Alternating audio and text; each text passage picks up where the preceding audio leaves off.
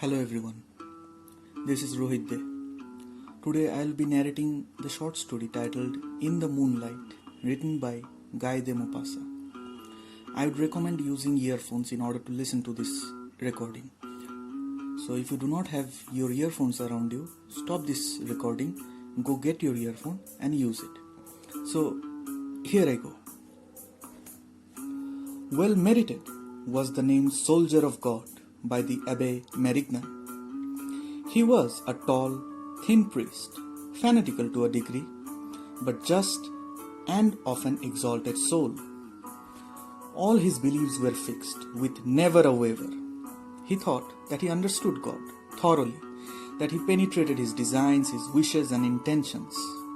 Striding up and down the garden walk of his little country parsonage, sometimes a question arose in his mind. Why did God make that?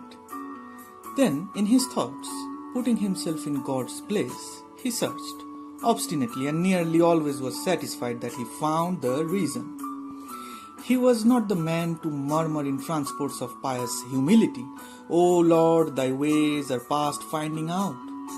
What he said was, "I am the servant of God. I ought to know the reason of what he does or to divine it if I do not." Everything in nature seemed to him created with an absolute and admirable logic. The wherefore and the because were always balanced. The dawns were made to rejoice you on waking, the days to ripen the harvests, the rains to water them, the evenings to prepare for sleeping, and the nights dark for sleep. The four seasons corresponded perfectly to all the needs of agriculture, and to him the suspicion could never have come that nature has no intention and that all which lives has accustomed itself, on the contrary, to the hard conditions of different periods, of climates and of matter. But he hated women. He hated them unconsciously and despised them by instinct. He often repeated the words of Christ, "Woman, what have I to do with thee?" And he would add, one would almost say that God himself was ill-pleased with that particular work of his hands.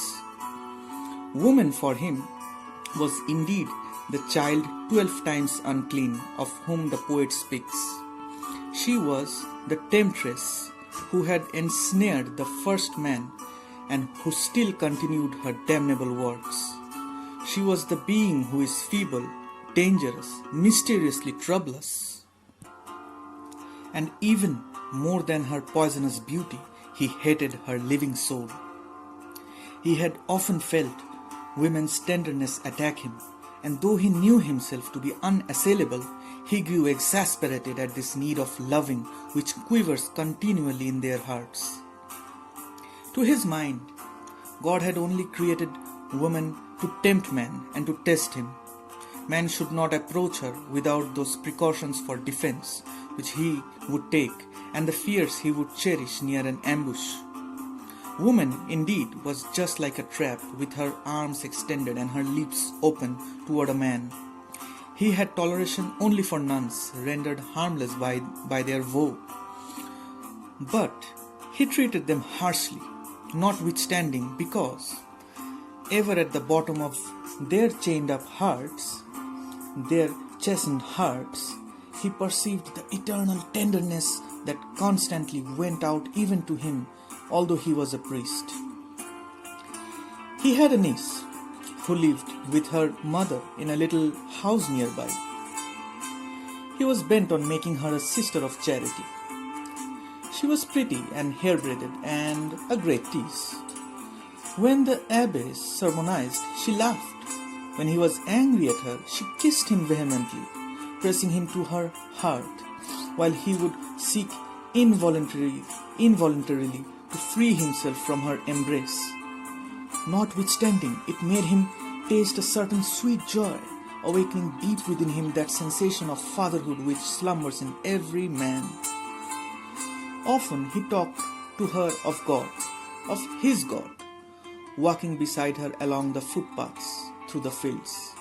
She hardly listened, but looked at the sky, the grass, the flowers, with a joy of living, which could be seen in her eyes. Sometimes she rushed forward to catch some flying creature, and bringing it back would cry, "Look, my uncle, how pretty it is. I should like to kiss it." So I will end my today's narration over here. This is part 1 of the short story titled In the Moonlight. And if you all like it, then I will go to part 2. This story is actually about this conflict between religion and love, and how this father is finding it very difficult to balance between the two. He's having a very hard time. So we'll see in the next part, if you all desire so, that how he understands the designs of God, that love is a part of this earth, love is a part of life. Women are also a part of this earth, and we share this whole creation with women too. And his all ideas towards life changes. We'll see that how is that happening. This is an experimental recording, and I am doing this keeping in mind my friends